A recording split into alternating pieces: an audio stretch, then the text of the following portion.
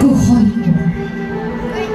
বিদেশৰ বিপ্লৱৰ্মী শ্বহীদ কুশল অহিংসাৰ মহানায়ক কুশল তোমাক সহস্ৰ প্ৰণাম, তোমাক সহস্ৰ প্ৰণাম, তোমাক সহস্ৰ প্ৰণাম। কুশল কোঁৱৰ, যাৰ নাম উচ্চাৰণ কৰিলেই হাজাৰ তীৰ্থস্থান দৰ্শন কৰাতকৈও অধিক পূৰ্ণ উজ্জ্বল হয়।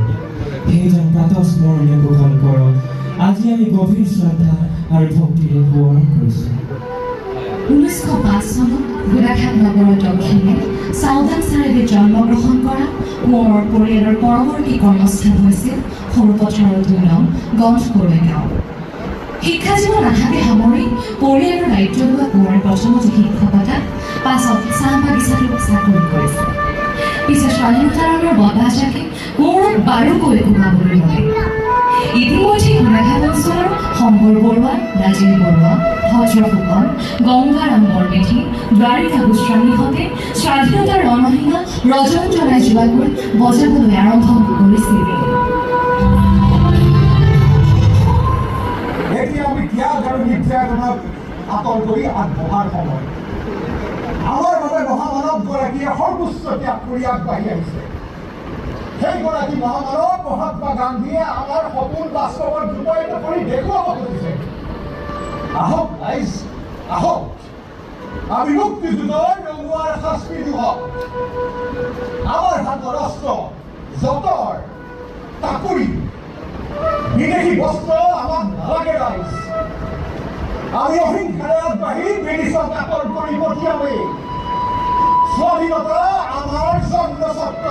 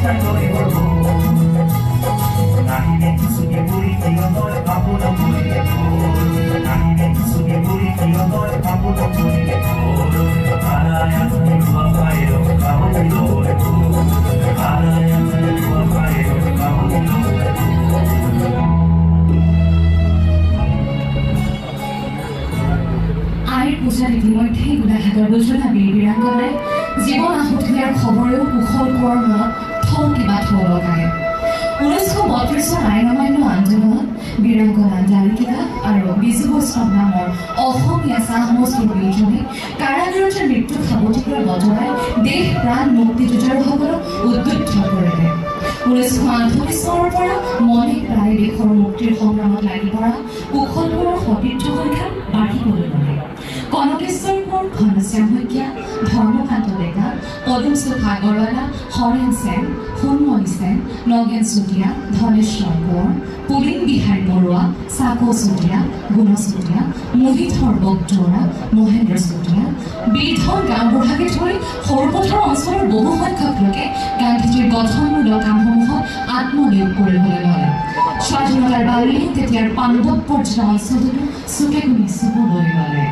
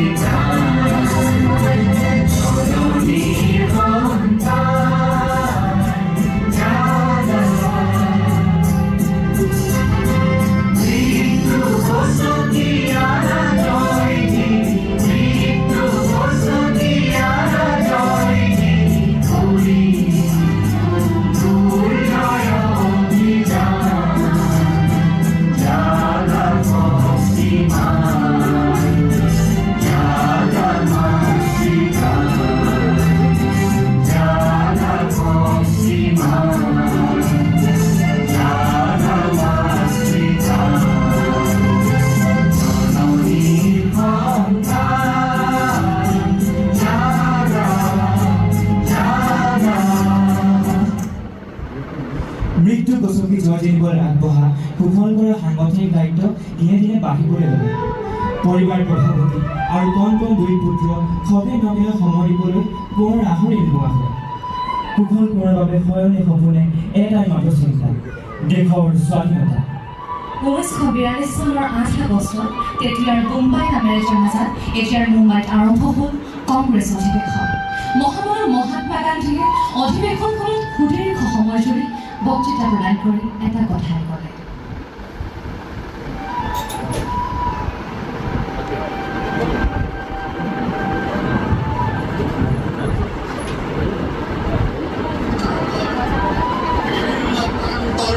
আহি সমবেত হোৱা মুক্তিযুঁজৰ সেনানীসকল, আজি এই জটিল সন্ধিক্ষণত আমি আহি উপস্থিত হৈছোঁ। 1920 চনৰ পৰা 1942 চনলৈকে 22 বছৰ ব্ৰিটিছৰ সৈতে অহিংসাৰে যুঁজিছোঁ। আলোচনা কৰিলোঁ বহুবাৰ, পিছে আজিলৈকে আশ্বাসৰ বাহিৰে একো নাপালোঁ। আমি আৰু ৰ'ব নোৱাৰোঁ। পাৰিলে মোক আজি স্বাধীনতা লাগে। এইবাৰ যি সংগ্ৰাম আৰম্ভ কৰিম, এই যুঁজ স্বাধীনতা নোপোৱালৈকে চলিয়ে থাকিব। এই আমাৰ স্বাধীনতাৰ শেষ সংগ্ৰাম। এই সংগ্ৰামক আমি নাম দিছোঁ কুইট ইণ্ডিয়া, ব্ৰিটিছ ভাৰত ত্যাগ কৰা। মই আটাইকে এটাই মন্ত্ৰ দিব খুজিছোঁ, নতুবা শৰীৰ পতন। আটায়ে নিজে নিজৰ নেতা হৈ নিজৰ জীৱনক উদ্দেশ্য কৰি সংগ্ৰাম চলাই যাবলৈ প্ৰস্তুত হ'ব লাগিব। মোৰ লগত সমস্যাই কোৱা হওক, quit India, Britishers quit India. 9 আগষ্ট ব্ৰিটিছ চৰকাৰে সকলোবোৰ আগশাৰী নেতাক গ্ৰেপ্তাৰ কৰিলে। তাৰ মাজতে বিপ্লৱী নেত্ৰী অৰুণা আছফ আলীয়ে বৰ্তমান আজাদ ক্ৰান্তি নাম পৰাজয় খেলপথাৰখনত ঘোষণা কৰিলে। বিপ্লৱ আৰম্ভ হ'ল। কুশল কোঁৱৰৰ গাত ইচ্ছা বিশ্বাস ৰাখিবলৈ ল'লে। এইবাৰ হয় স্বাধীনতা লাভ, নহয় মৃত্যু। এই ভাৱত উদ্বুদ্ধ হৈ কোঁৱৰে সতীৰ্থসকলৰ লগত আলোচনাত মগ্ন হ'ল।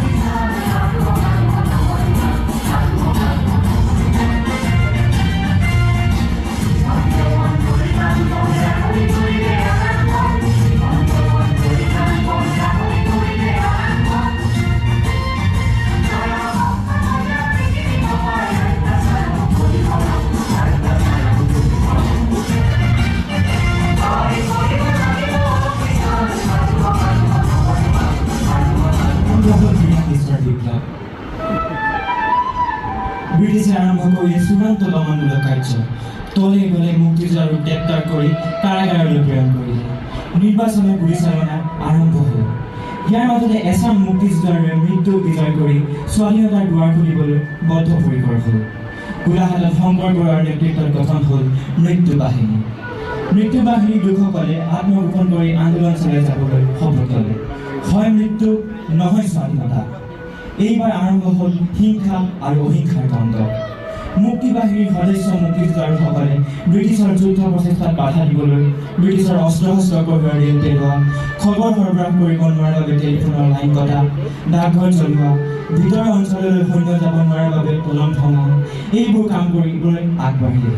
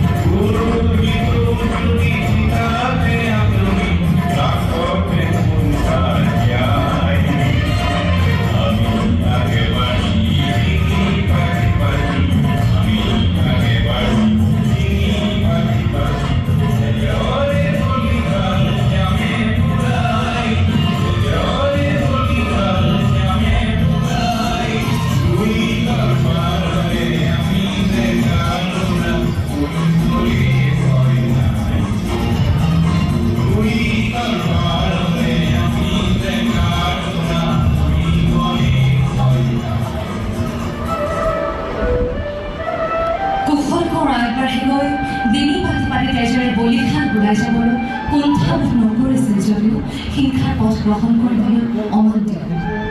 কোঁৱৰৰ বাবে গান্ধীৰ পথত হিংসাৰ স্থান মুঠেই নাই। সতীৰ্থসকলৰ সৈতে মনৰ অমিল হ'লেও মতৰ অমিল হ'ল। বন্ধুসকল, আমি গান্ধীৰ গভীৰ ভাৱ লিখালোঁ। গান্ধীৰ পথত সৰু হিংসা বা ডাঙৰ হিংসা বুলি একোৱেই নাই। মই আপোনালোকৰ মনৰ ভাৱ নুবুজা নহয়, আপোনালোকৰ দেশ প্ৰেমৰ তুলনা নাই, কিন্তু এই পথ নল'ব ৰাইজ। এনেকৈ দ্বন্দ্বৰ মাজেদিয়ে কোঁৱৰ নিজ কৰ্তব্যত আগবাঢ়ি গৈ থাকে। এফালে সৰুপথাৰৰ কংগ্ৰেছৰ এজনৰ দায়িত্বহীন বিষয়াৰ কামৰ দায়িত্ব, আনহাতে ব্ৰিটিছৰ হেণ্ডচুক। তাৰ মাজত বৰ বিতত নহ'ল। কোঁৱৰে এই দ্বন্দ্বৰ মাজতে ঘোষা গাই মনটো পাতলাবলৈ ল'লে।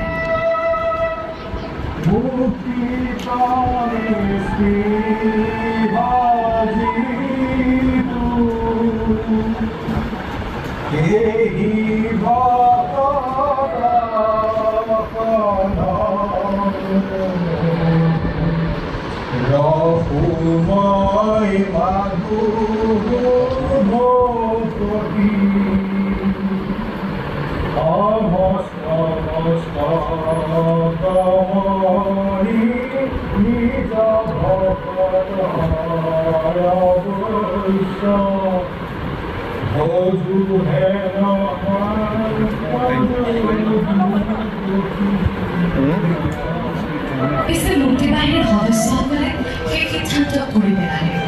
বৈকুণ্ঠশ্ৰী, সুৰেন ফুকন, ইন্দ্ৰেশ্বৰ ফুকন আদিয়ে সৰুপথাৰৰ মুক্তিবাহিনীৰ সদস্যসকলৰ লগ লাগি 42 চনৰ 10 অক্টোবৰৰ নিশা এখন অস্ত্ৰ শস্ত্ৰ কঢ়িওৱা ব্ৰিটিছৰ সামৰিক ৰেল পেলোৱাৰ সিদ্ধান্ত ল'লে।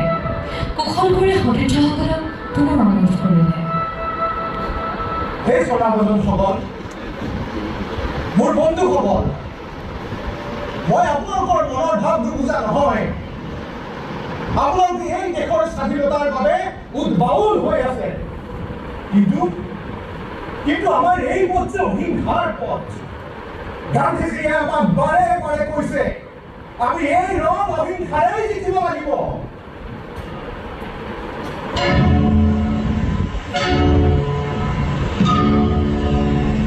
ৰক্ত দেখাৰে অগ্নিভক্তি ৰক্ত বৰ্ণে জলে ৰক্ত দেখাৰে অগ্নিভক্তি ৰক্ত বৰ্ণে জলে মুক্তি দিয়ানি উক্ত মানুহৰ অপমানিত হৈ গলে মুক্তি দিয়ানি উক্ত মানুহৰ অপমানিত হৈ গলে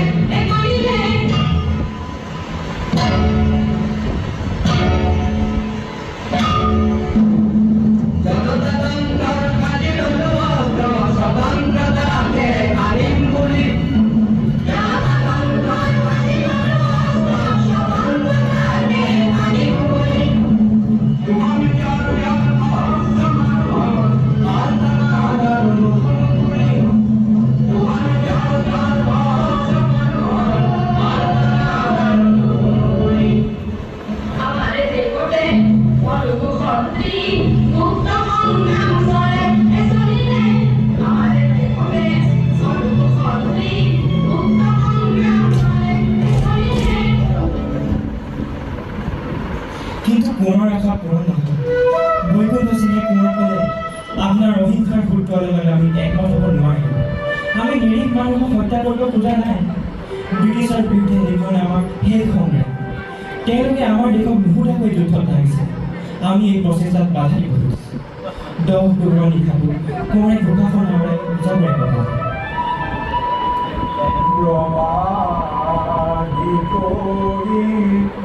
জীৱ জগত ৰাম ৰাম ৰাম ৰাম ৰাম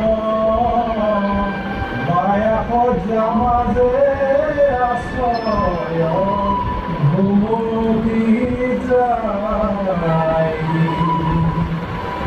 তুমি সত্য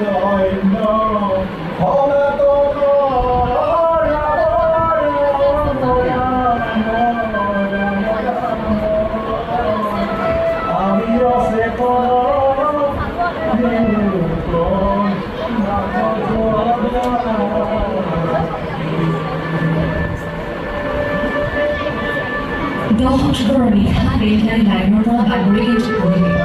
5 দিনৰ পৰা আৰম্ভ হ'ল ব্ৰিটিছ বাহিনীৰ গ্ৰেপ্তাৰ অভিযান। মৃত্যুবাহিনী লোকসকলে ইতিমধ্যে আত্মগোপন কৰিলে। শংকৰ বৰুৱাৰ মূৰ্তিৰ ওপৰত মূল্য ধাৰ্যবোৰ 10 হেজাৰ টকা। বৈকুণ্ঠ সিং, সুৰেন ফুকনক গুলীয়াই মৰাৰ আদেশ হ'ল। কুশলপুৰ বিমূঢ় শব্দ কৰিছে। সংগ্ৰামৰ গতিবিধি অহা বাধাই কোঁৱৰক চিন্তান্বিত কৰি তুলিলে। কোঁৱৰ সম্পূৰ্ণ নিশ্চিন্ত হৈ আছিল যে তেওঁক এই বছৰত কেতিয়াও গ্ৰেপ্তাৰ নকৰিব। পিছে কুশল কোঁৱৰৰ হাতত হাতকেৰেয়া লাগিলেই। গোলাঘাটৰ পৰা যোৰহাট কাৰাগাৰত বন্দী হৈ থাকিলগৈ অন্য সতীৰ্থসকলৰ লগত কুশল কোঁৱৰ। বিচাৰ আৰম্ভ হ'ল। মিছা সাক্ষীবাদী আৰু দেশত বহি কোনো বিহাৰী বৰুৱাই নোটিছদাৰৰ পোছাক পিন্ধি চৰকাৰী সাক্ষী পোছাক পিন্ধি গ'ল। কুশলকৰ সম্পূৰ্ণ নিৰ্দোষী আছিল যদিও নেতৃত্ব দিয়াৰ অপৰাধতে কোঁৱৰক মূল অভিযুক্ত সজা হ'ল। হামফেৰ মিছা গোচৰ চলি থাকিল।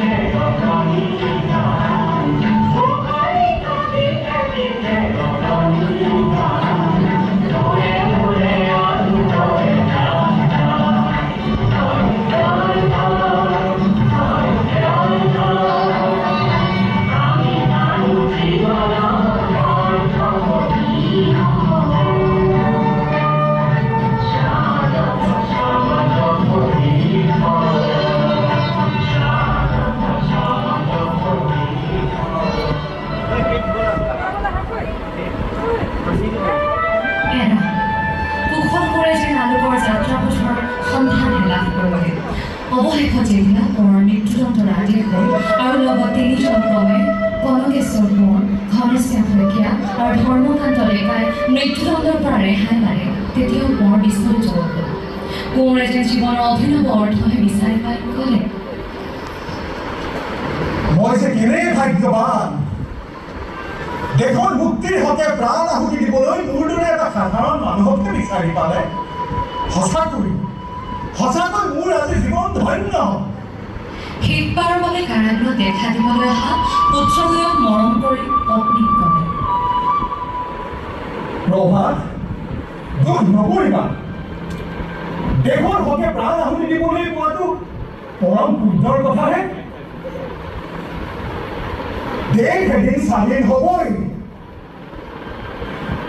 তোমালোকক এই দেশখনে চাব, দেশখনৰ এই ৰাইজে চাব।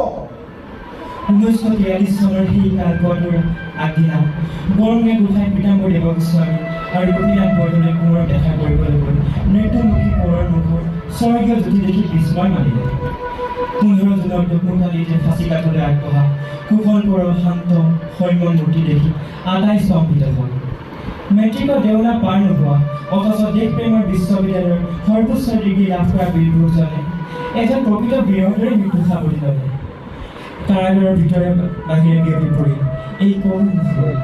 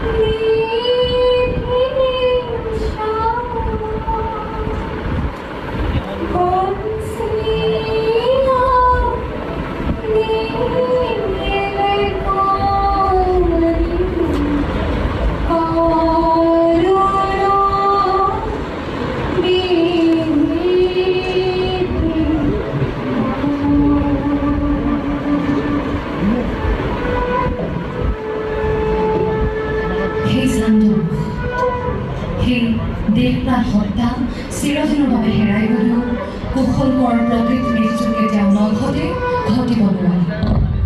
দেশৰ মুক্তিৰ বাবে ৪২ৰ শ্বহীদ বিপ্লৱক এটা সুনিৰ্দিষ্ট চৰকাৰী আদেশ লৈ ফাঁচী কাঠত ওলমা কোঁৱৰী আছিল ভাৰতবৰ্ষৰ একমাত্ৰ শ্বহীদ। কোঁৱৰৰ আত্মাই যেন আমাক এতিয়াও কৈ আছে।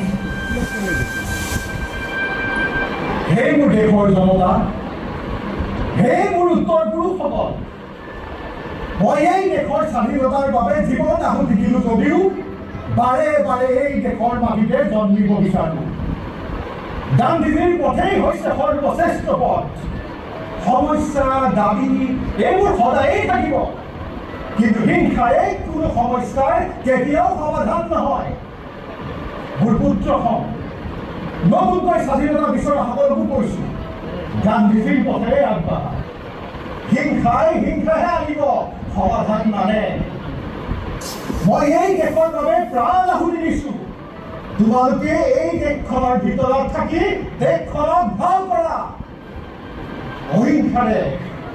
হিংসাৰে আৰু ৰক্তপাতেৰে নহয়, অহিংসাৰে প্ৰেমেৰে।